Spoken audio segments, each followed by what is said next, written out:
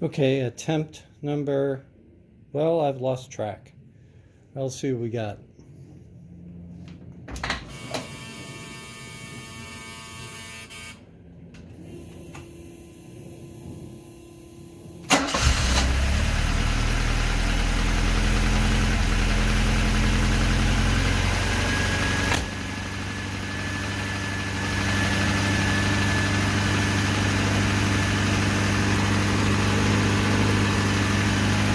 Look at that idle. Look at that thing, rock solid. Not quite rock solid, but it's good solid.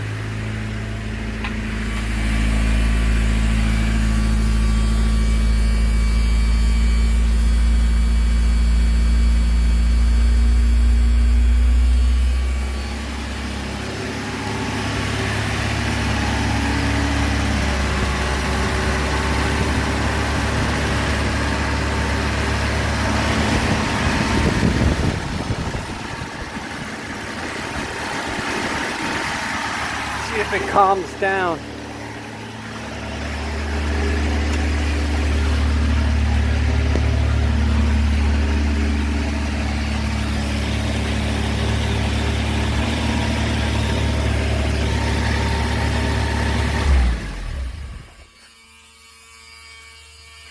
Got some smoke.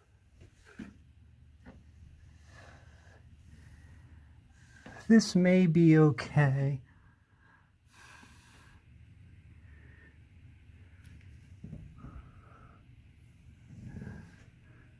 This may be just some oil burning off.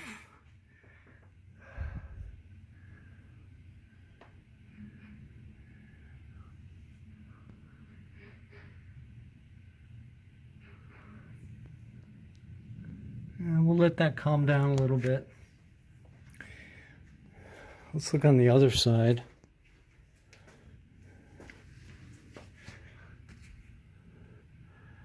Okay, so what was the secret? I disconnected the cold start solenoid and started right up. I also at the time disconnected the fuel cutoff solenoid, and it's, of course, that had no effect. It just started anyway. So that's the magic sauce. Now, of course, the question is why, and will it make a difference? The fuel cutoff solenoid is working. I did send 12 volts to it, and it did click. So the solenoid is working, but it's causing a hard start condition. I was very careful not to change anything on this pump. I did not alter any settings on it that could be altered. So that's that. The high idle might be possibly a timing related thing. I know it was with my 68. This idle may be a little too far advanced. But we'll see. I don't think that this, I don't know if this makes any difference. This is just, I don't know, I should have put my finger over that, because this is the idle compensator, the airflow compensator. But anyway, so we have liftoff. It's going to be probably another, journey in and of itself to figure out some of the intricacies here. The other thing that could be causing this smoking, I was just thinking about it. It could be the paint on my exhaust burning in. Very possible. I left the manifolds exactly as they were. I didn't change anything. Let me look I'm gonna look under here. Maybe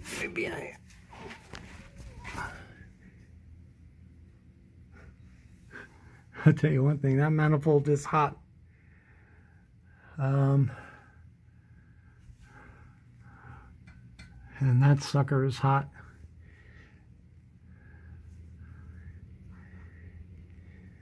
But anyway, it looks like we have a functioning engine.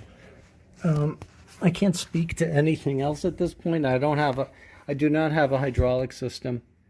So that's going to be something I might work on after I get this some things squared away with running this engine. But isn't that something? I mean, it started right up. All right, a quick update on where we left off from yesterday. So what I did was move the camera around. What I did yesterday, I got the car idling, and there's a test for the cold start solenoid. Basically, you get the car up to idle, which it will idle, of course, nicely, as we've seen.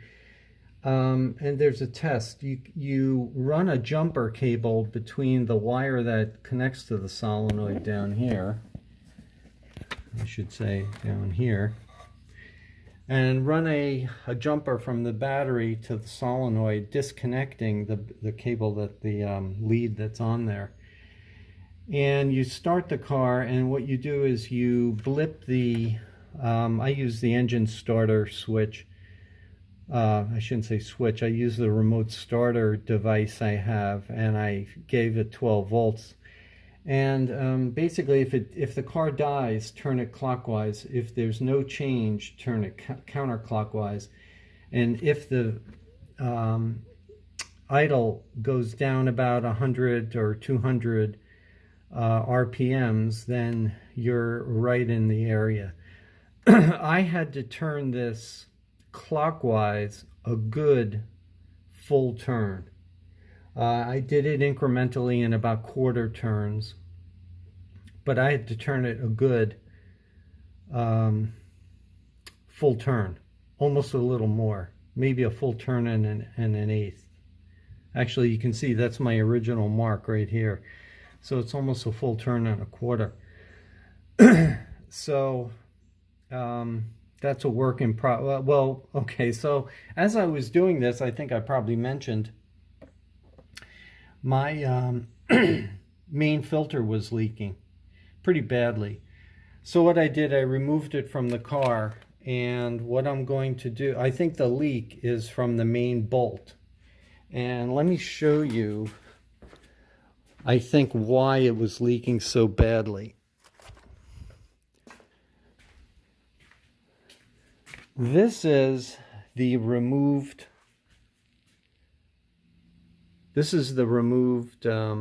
gasket that I had put on there. It got all deformed. I didn't realize it. So naturally what's going to happen, this is a square gasket. So naturally what happened is the bolt was cockeyed, and it's under, you know, the gas is under pressure, so it's going to come screaming through the middle bolt. So I took the whole unit apart.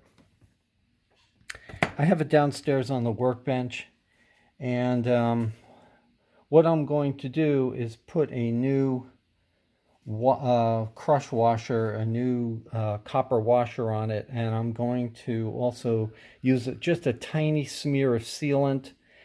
The sealant really doesn't keep the gas out per se. The crush washer does that, but they say sometimes if you put a little bit of sealant on it, it's extra protection, and it solves a lot of issues. So, so we're going to do that. So I'm waiting for some parts to come in. They should be here this afternoon via the magic of Amazon. So what I figured I'd do is get over and start to introduce brake fluid into my system.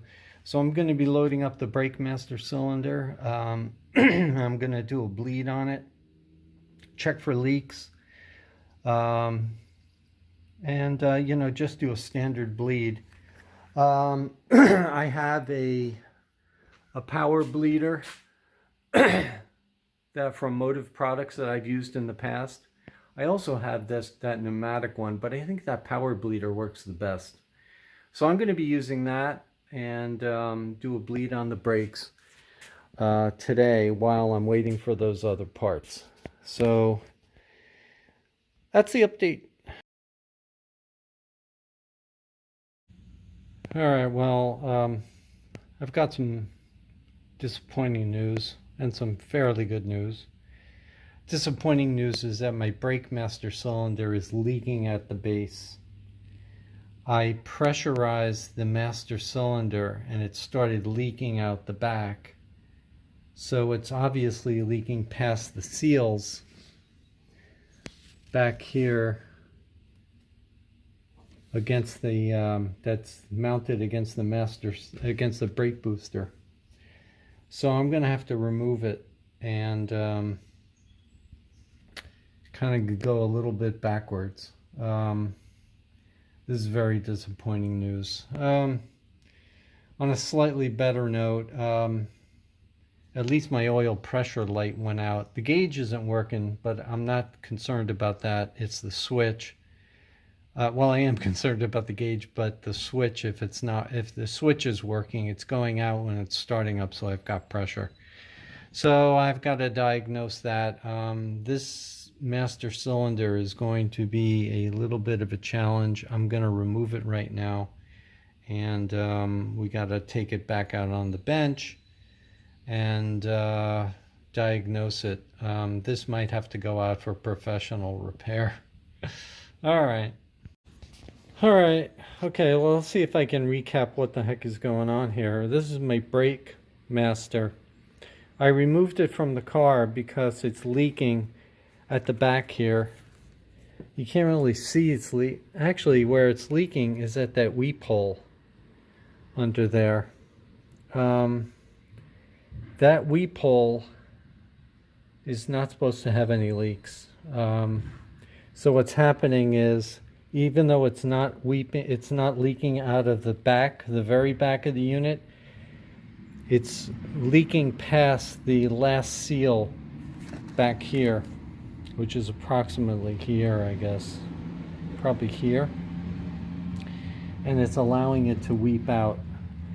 So this is removed and it's going to Apple Hydraulics for a refurb, so to speak, even though I completely restored it.